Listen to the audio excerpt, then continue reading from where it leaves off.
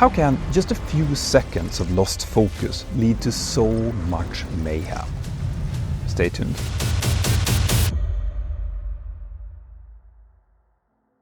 In the morning of June the 15th, 2006, two pilots from TNT Airlines met up in the crew room at Liège airport in Belgium to start preparing for two routine cargo flights going up towards London Stansted and then Edinburgh. These were not the first flights for either of the pilots on this night. They had both operated other, separate flights earlier in the evening, but had now been paired together for the last two, and they were likely looking forward to get them over with as quickly as they could to get some rest at their hotel rooms in Edinburgh.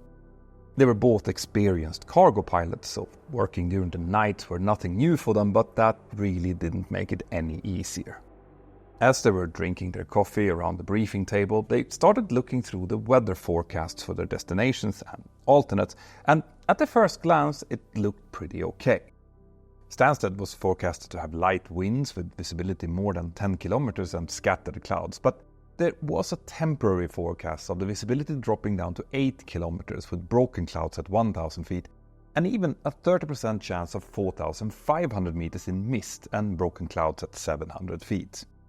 Now, as forecast for the UK goes, this wasn't that bad, and even in the worst case scenario, this would be perfectly landable.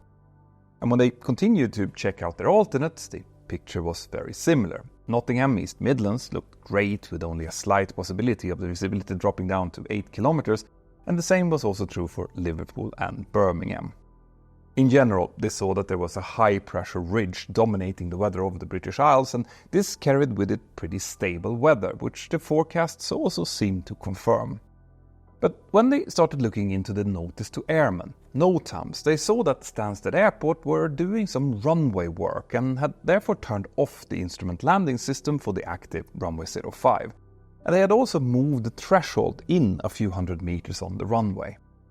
It's pretty common that these type of works are being carried out during nighttime when the traffic density is low, and in this case it meant that there was a special type of radar-led approach available instead of the ILS, something known as an SRA or surveillance radar approach. This is a type of non-precision approach where the air traffic controller tells the pilots how to steer and descend in order to break through the clouds and see the runway. And since it's a non-precision approach, it also means that it needs quite a bit better visibility and cloud base in order for it to be flown. The NOTAMs for East Midlands, Birmingham and Liverpool looked good, but because there was a small possibility that the weather might go below the minimums for that SRA approach in Stansted, the crew decided to take 2 tons of extra fuel in order to be able to hold and wait for a possible improvement. Now, just to give you an idea here, the 737-300 that they were about to operate uses around 40 kilos per minute, so this extra fuel would give them close to 50 minutes of extra holding time.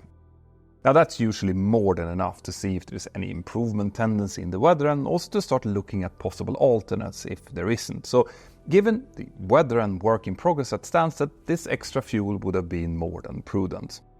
When they were finished with their pre-flight, the pilot called in the final fuel, 7,500 kilos in total, and then they started making their way out to the aircraft to talk to the loadmaster and also to begin preparing for the flight.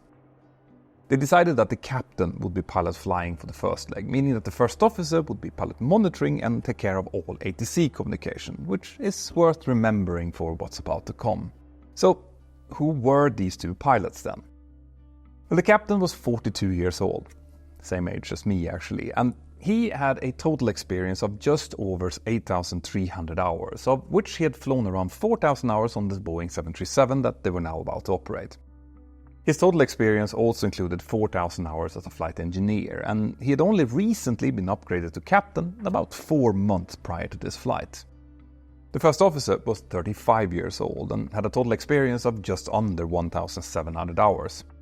He had spent almost all of that time on the type that they were now out to fly, and meaning that he was not new but not very experienced either.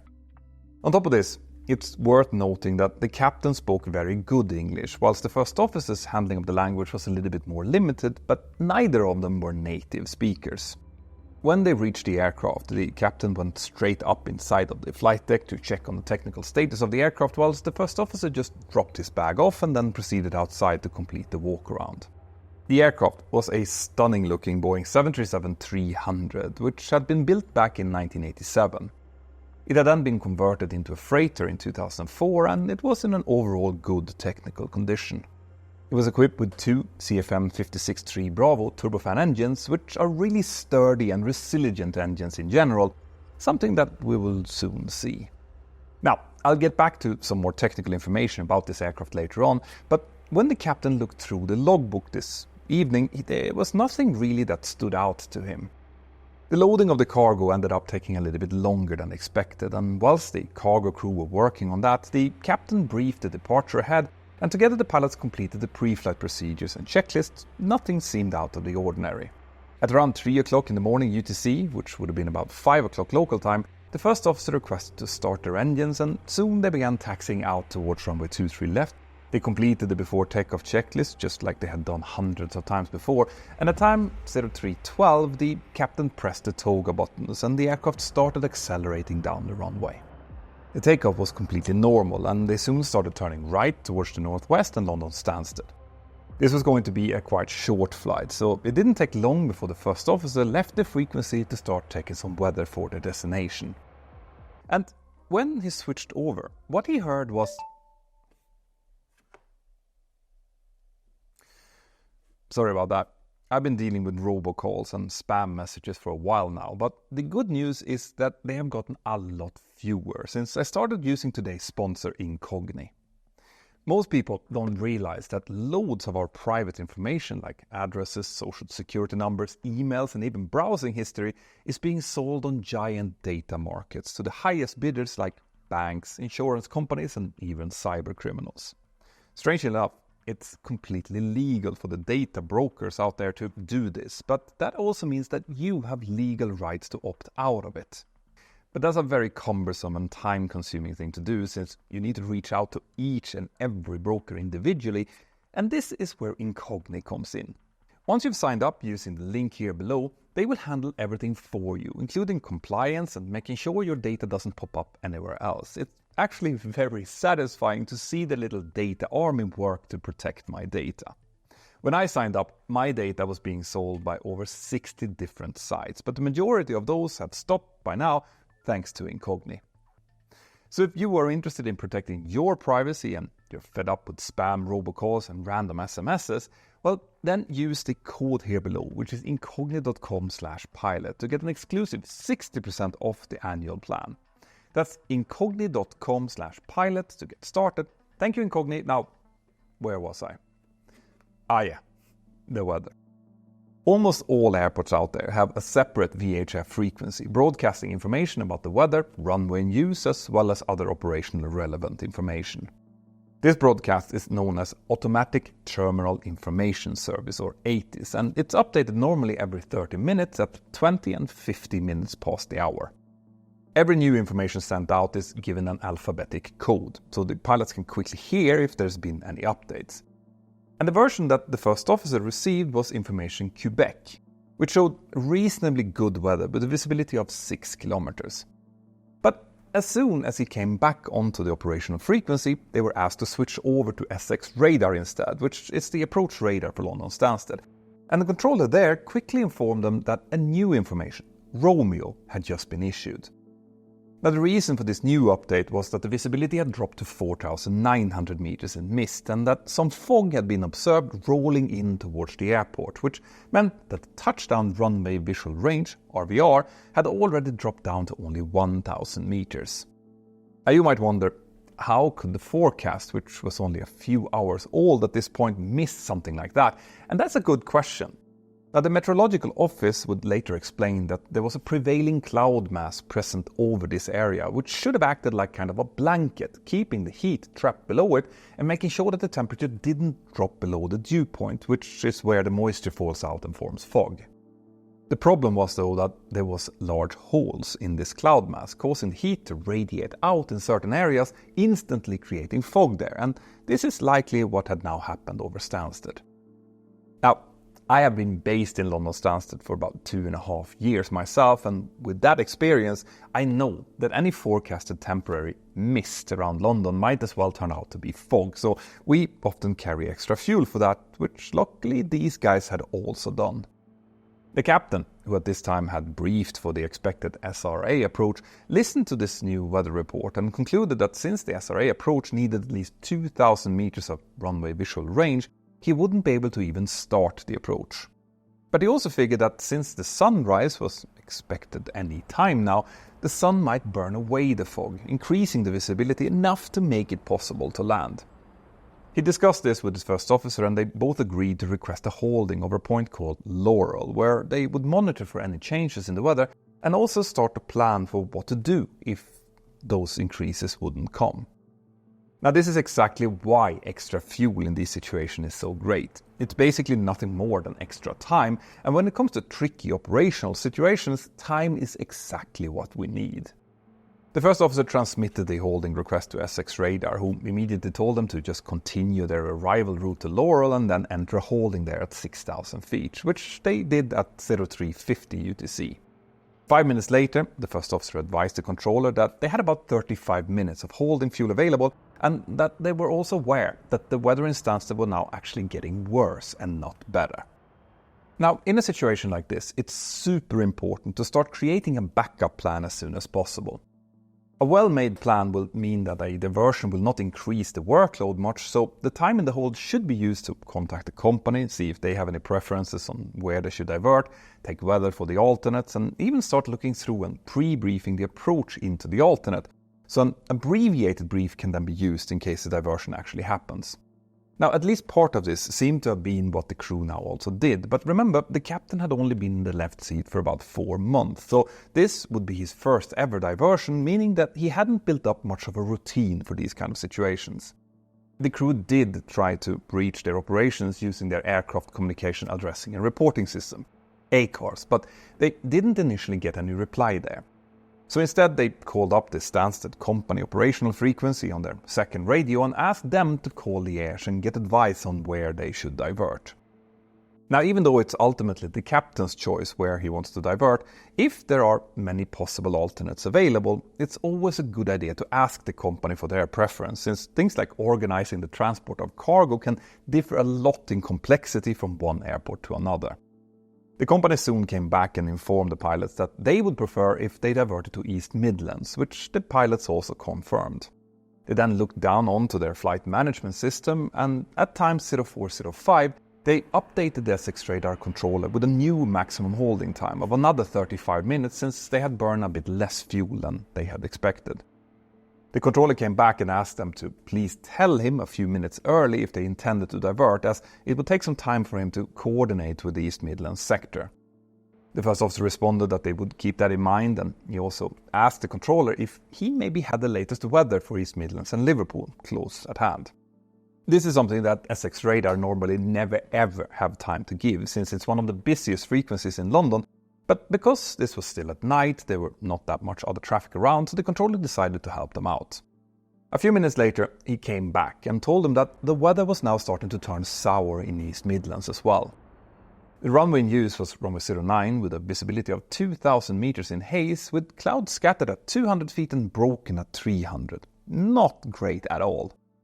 The weather in Liverpool was much better though, with over 10 kilometers of visibility and light winds, so the pilots discussed their options for a while, and since the weather didn't show any tendency of improving in Stansted, they soon decided to divert early towards East Midlands.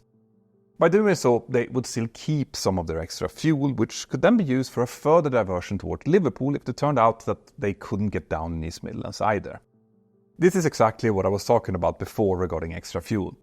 If they would have had to divert with minimum fuel, they would not have even tried East Midlands since the weather was quite poor there. But now they could at least try to keep the company happy while still have the option to proceed on to Liverpool. In 99 out of 100 times, this would be a very good thing, but in this case it would instead turn out to be very, very bad. Now, before I get into the incredible accident sequence of this flight, there are a few technical systems in the Boeing 737-300 that you need to be aware of for the rest of the story to make much sense. First of all, we have the autopilot system. Now, there are 2 independent autopilots on board, both of which are needed in case the crew wants to fly a Category 3 auto-land approach. Very simply speaking, that's needed because the 2 autopilots will then monitor each other, and in case a failure appears in any one of them, they will then both disconnect and the autoland will no longer be possible. There are also loads of other redundant systems needed for this kind of approach, but what you need to remember is that since both autopilots need to work and there are several checks that the autopilot system needs to perform during the approach to self-monitor, the latest time that both autopilots can be engaged is 800 feet above the ground for an autoland. The other thing that you need to know about the autopilot system is that it can be engaged in either command, which is where the autopilot flies the aircraft according to the different modes that the pilot selects on their mode control panel, heading select, approach, vertical speed and so on, or it can be engaged in something known as control wheel steering.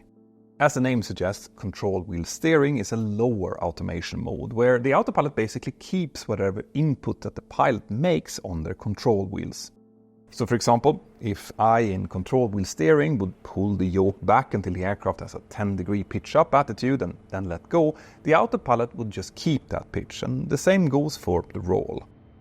Now, control wheel steering might have been useful once upon a time, but it's hardly ever used today.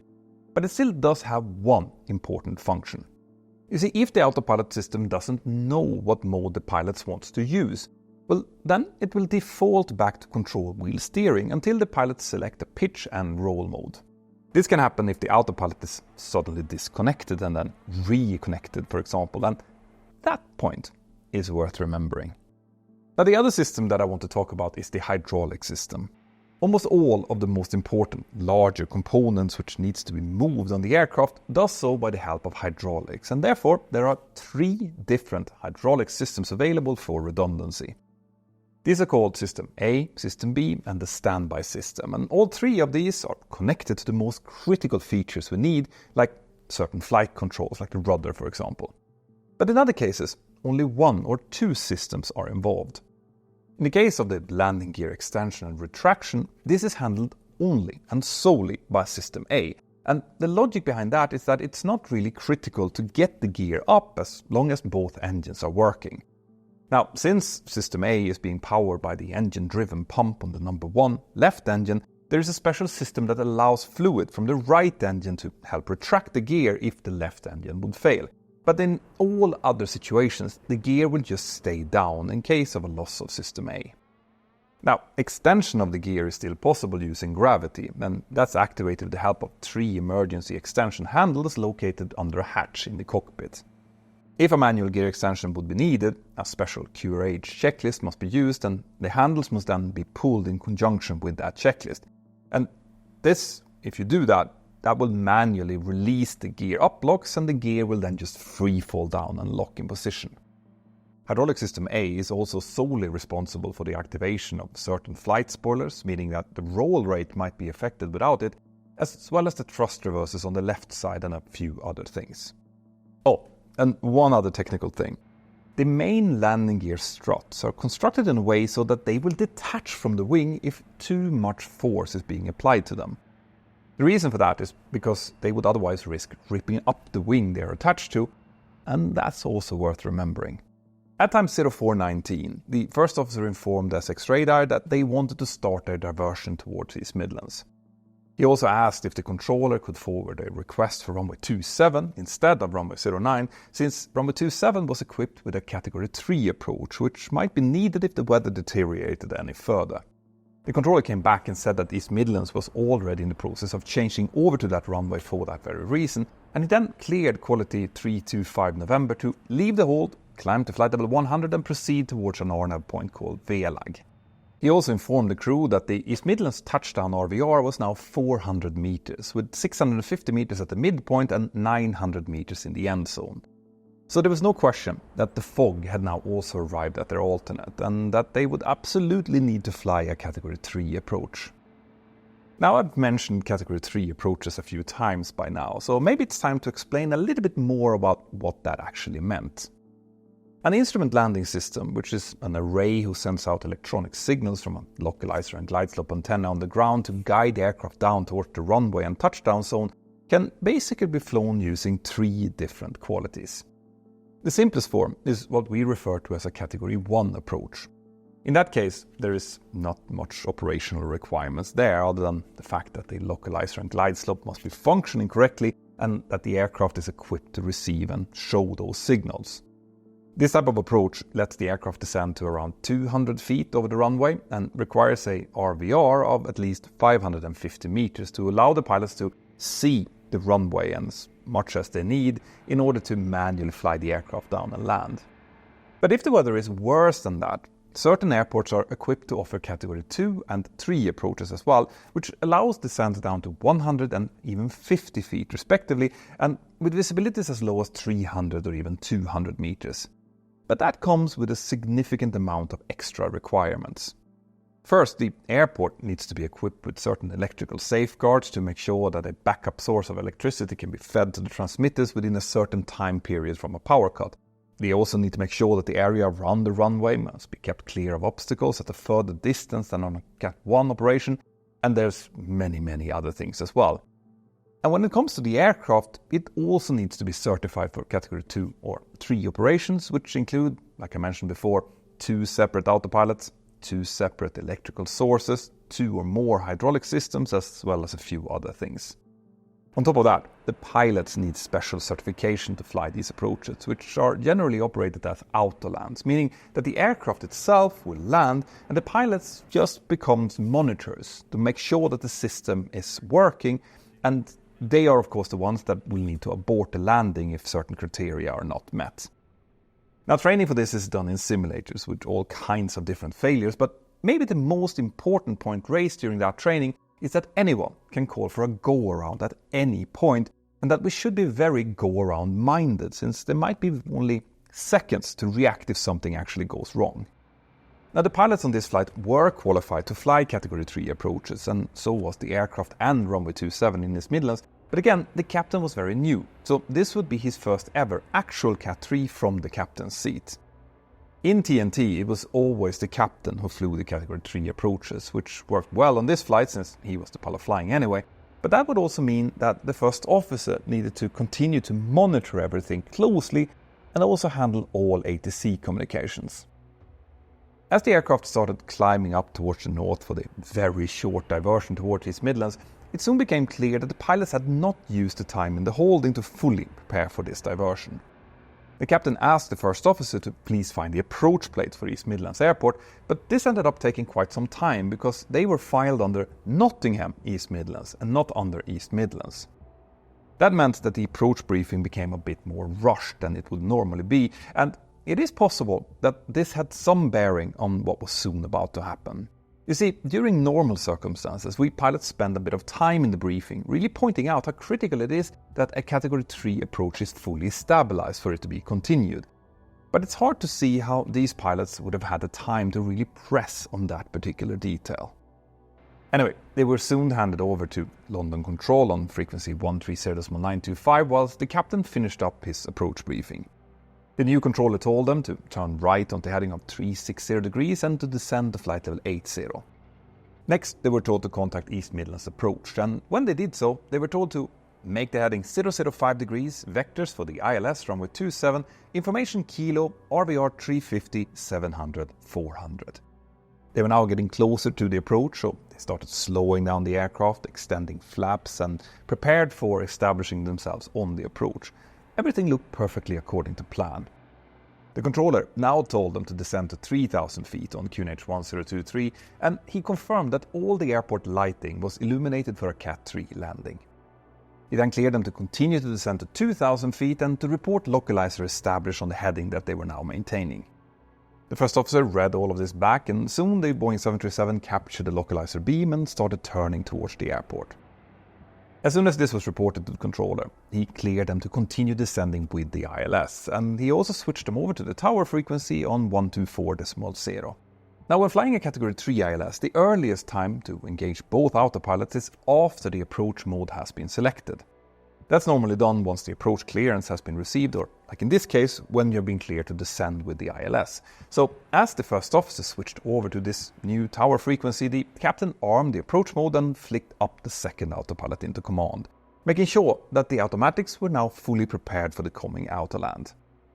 When the first officer called up the tower, he was immediately greeted by the controller, who cleared them to land runway 27 and also gave them the wind as southeasterly 2 knots and with RVRs 350, 500, 350. The first officer read back the landing clearance and then the captain asked for flaps 40 and for the landing checklist to be completed. They were now completely stabilized on the approach. But as the aircraft was descending down the glide slope, someone at the headquarters back in Belgium had suddenly had a change of heart. It turns out that it would actually be better if the aircraft landed in Liverpool and not in East Midlands, but how could they get that message quickly to the crew? Someone came up with the idea of calling East Midlands Tower and see if the controller could relay that message to the crew, so that's what they also did. Meanwhile in the cockpit, the pilots were monitoring their instruments very closely. One of the requirements for an autoland is that a flare annunciation is showed, confirming that the aircraft is prepared to flare itself, and that confirmation is normally done as the aircraft passes 500 feet descending. The first officer was getting ready to make that call when suddenly the tower controller came onto the frequency with the following message. 325 November, I've been instructed that you are not to land here from your operation. Operational authority, at your discretion, you might go around. This call came just as the first officer heard the aircraft calling out 500, which prompted him to call out 500 feet, flare armed, according to the company procedures.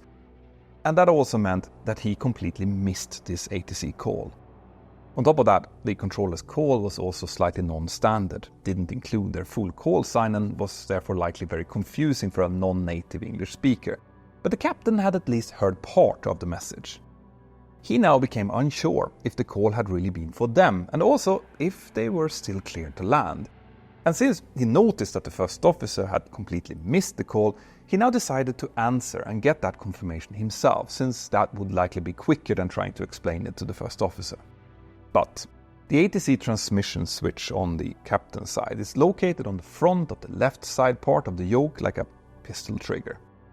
The idea is that you can use your index finger to call ATC, but at the same time you can use your thumb to disconnect the autopilot or trim the aircraft. The reason that these switches are all there is because the captain needs to be able to do all of these things with his left hand, since the right hand can be handling the thrust levers. Now this is a very smart setup, but it also means that it only takes one faulty impulse from the brain, especially under stress, for the hand to use the wrong finger, which is now exactly what happened. As the captain intended to transmit his query over the frequency, he instead pressed the autopilot disconnect switch, which caused both autopilots to immediately disconnect, accompanied by the associated warning tone in the cockpit.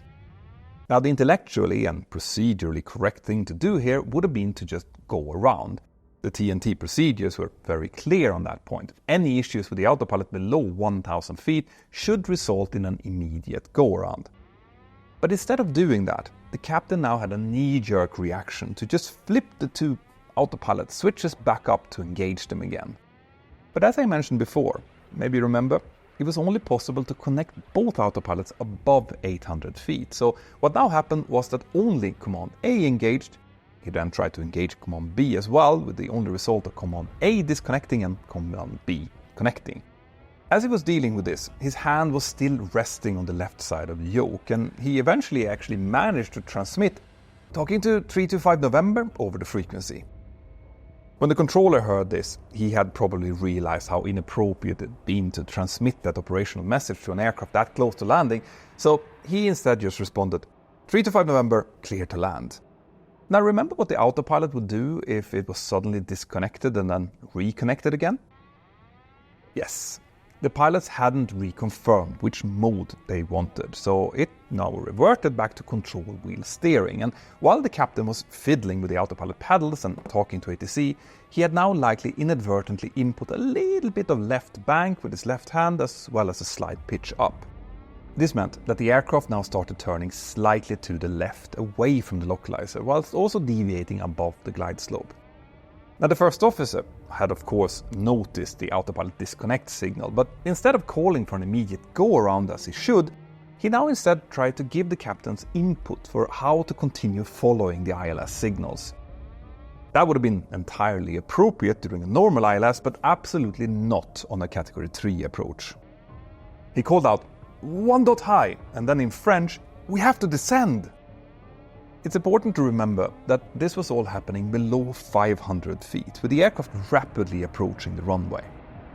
Now we don't know for sure, but it is likely that the captain responded instinctively to the first officer's descent prompt by inputting just slightly forward force on the yoke. This immediately caused the descent rate to increase from around 650 feet per minute to close to 1,500, a wildly high descent rate for the phase of approach that they were now in. At around 230 feet, the captain engaged the approach mode again, indicating that he must have noticed something was wrong, but that didn't make much of a difference.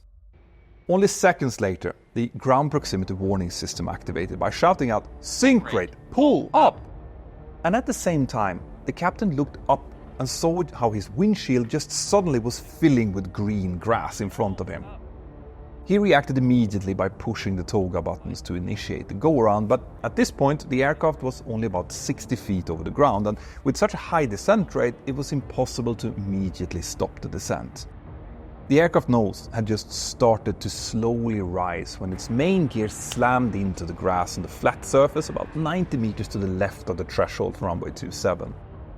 At this point, their heading was approximately 262 degrees, and after about 13 meters, the wheels started digging down into the ground due to the immense weight of the aircraft. The nose wheel now also touched down briefly, and soon the right main gear had dug down almost 25 centimeters into the dirt, whilst the left gear actually started to lift up a little bit again. The force that was now acting on the right main gear soon became just too strong, and instead of starting to rip open the right fuel tank and potentially critically damaging the wing, the fuse pins on its two trunnion bearings simply failed as designed. The gear flew backwards violently, damaging the trailing edge flaps as it did, and it was then flung upwards, passing just below the blocked window row and within meters of the horizontal stabilizer.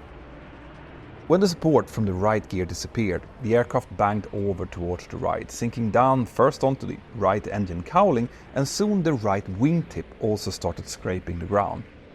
This was probably as close to a fireball that an aircraft can come, but through some miracle, it now instead started pitching up, lifting its severely damaged undercarriage with it as it rose. In the cockpit, these seconds obviously meant complete pandemonium. The first officer thought that the captain wasn't acting forcefully enough to get the aircraft back into the air, so he called out, "Go around!" several times, and finally also started pulling on his yoke to get the aircraft up in the air again. He also made sure that the thrust levers were pushed fully forward, and it's likely that these actions actually helped avoid an immediate disaster, since the aircraft was at this point heading straight towards a radar antenna on the ground. After a few dazed seconds, once the aircraft was back in the air again, the captain regained his bearings and called out, "I have controls," to make sure that they weren't both fighting each other's inputs, which I think was really important. It's far too common in disastrous situations like this that both pilots try to fix it and start acting against each other, when what's really needed is order and adherence to areas of responsibility and procedures. The next thing that they wanted to do was to retract the gear and the flaps, but as soon as they tried to get the gear up, the landing gear unsafe warning horn started blaring, and they could clearly see that the gear wasn't moving.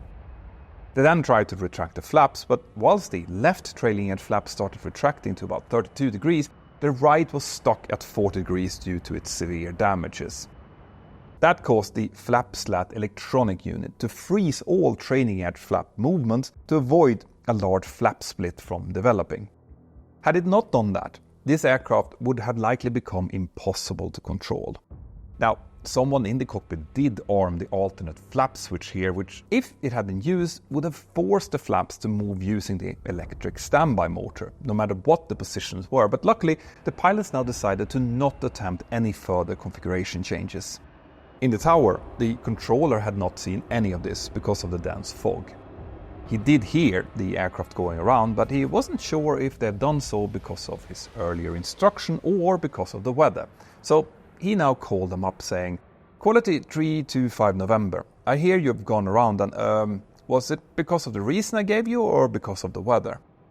And to that the first officer responded, "We have touched the ground and we request stand by," with all kinds of warning signals still blaring in the background. The controller didn't respond to this, but only a few moments later, the pilots called up again and requested a diversion to Liverpool, to which the controller told them to climb to 4,000 feet, while also explaining the operational message he had received earlier on during the approach. Not very helpful here, but he still had no idea what had just happened. But the ATC watch supervisor, who was also taking care of the approach frequency into East Midlands, and who had heard that first message from the crew, thought that it sounded more than a little suspicious.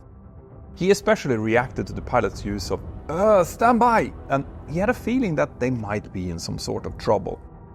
He was therefore prepared when at time 0443 the captain came onto the frequency with the following message.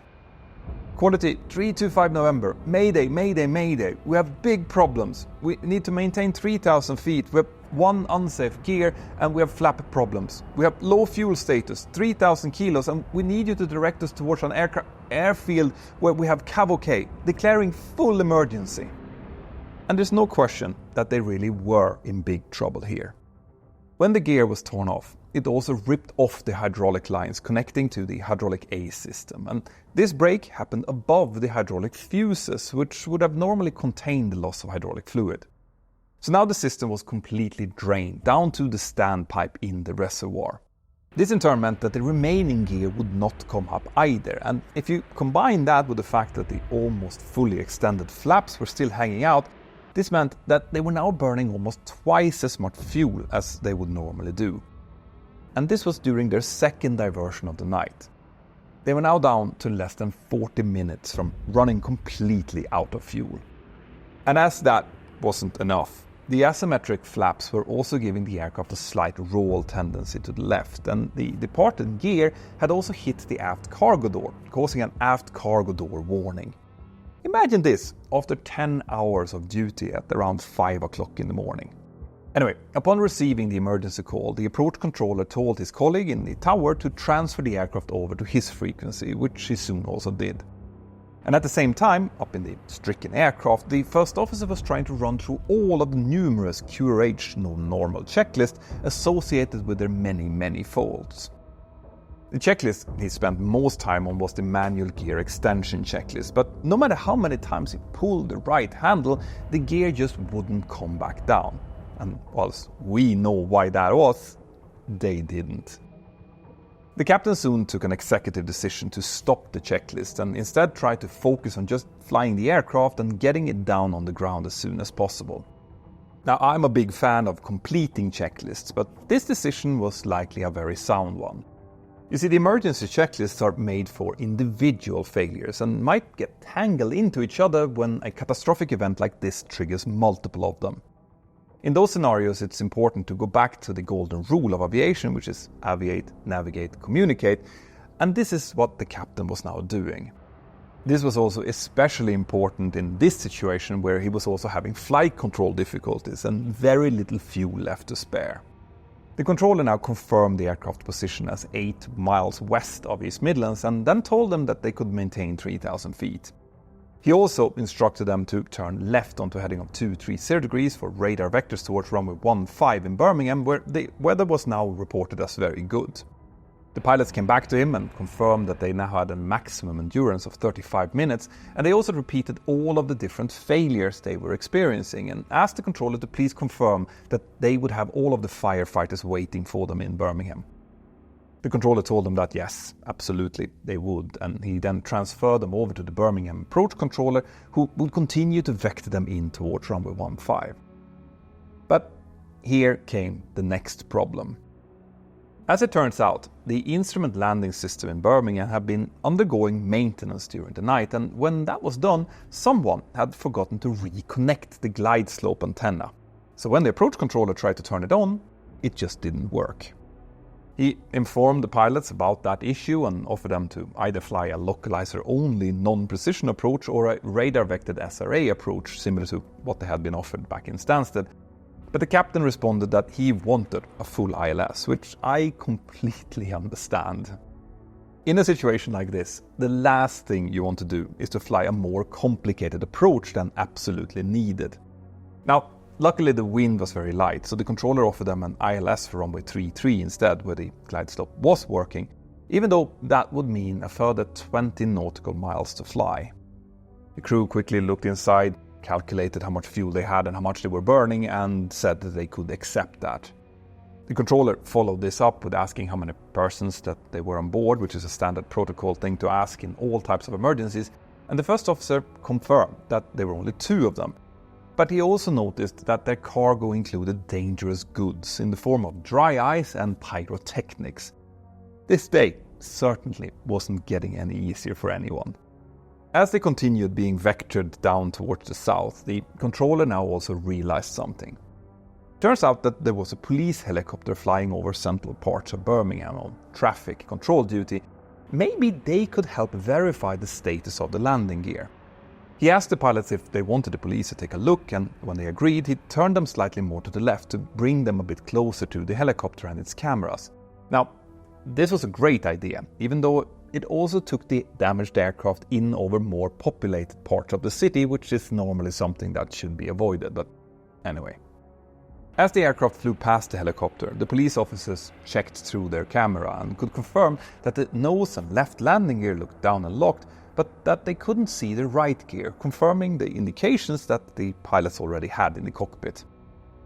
This was obviously very bad news, but it's always better to have more information than less, and we actually have special procedures for landing with a partially retracted landing gear. With this confirmation, the first officer could now start reading through that checklist, which included instructions for how to land and also how to deal with things like fuel pumps and speed brakes after landing. So based on this, the crew now completed a quick approach briefing, and at time 0459 they again asked the approach controller to confirm that the firefighters were ready and standing by, which they were, and 1 minute later the controller cleared quality flight 325 November to land runway 33. And the captain started following the ILS down towards the runway, this time with the airfield nicely visual in front of him. Now, there were obviously very little configuration changes needed, as the remaining gear was still hanging out, as well as the damaged flaps. But according to the landing with unsafe gear checklist, the speed brakes were not to be armed for landing in order to keep the wing without the gear up as long as possible, and the fuel pumps had to be turned off just prior to landing. The captain now positioned the aircraft slightly left of the center line, since he knew that it would start to swerve towards the right as soon as the right engine cowling touched down. And when he landed, he did so really gently, waiting as long as possible to let the right wing drop. This was all beautifully executed, and at time 0602, the aircraft finally came to a complete stop on the center line of runway 33 and with the aircraft in one piece. A fantastic end to a real nightmare of a flight. Now let me just take a moment here to point out just the sheer sturdiness of the Boeing 737 and especially its CFM56 engines. After the right landing gear had been ripped off back in East Midlands, the right engine was driven straight into the ground, but even though it would have ingested loads of grass and dirt, not only did it stay attached, it also continued working flawlessly for another 30 minutes, and the same went for the rest of the aircraft as well. Incredible. To begin with, no one really understood the full extent of this accident. In East Midlands, it was still foggy, and after the initial report from the pilots that they had touched down on the ground, a runway inspection had been carried out without finding any debris at all.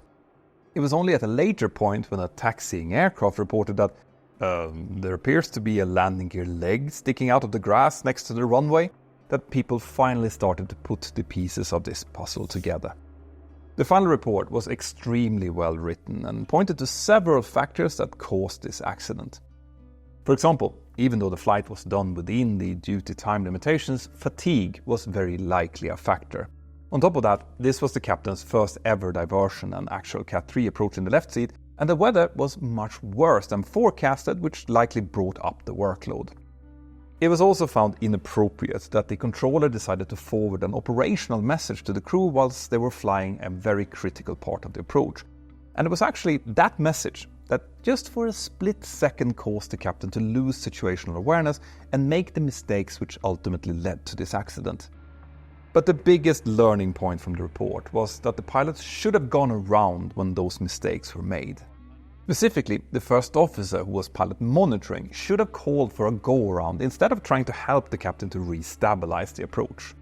The company procedures were very clear on this point, and because it was found that the accident happened largely because the pilots hadn't followed these already established procedures, there weren't many new recommendations made.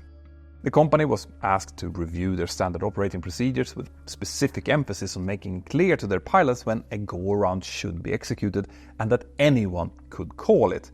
And the UK CAA updated their guidance to controllers for when it was appropriate to forward operational messages, something that they had actually already been working on before this accident. Now, if you have questions on this video, or anything else really, then please consider joining my Patreon crew using the link here below. I hold regular Zoom hangouts with my crew where we discuss anything really, and it's like having a really chilled coffee with your friends. It's awesome. You can also support us by buying some merch, sending a super thanks, or just liking and subscribing to the channel. Everything really helps. Have an absolutely fantastic day wherever you are, and I'll see you next time. Bye-bye.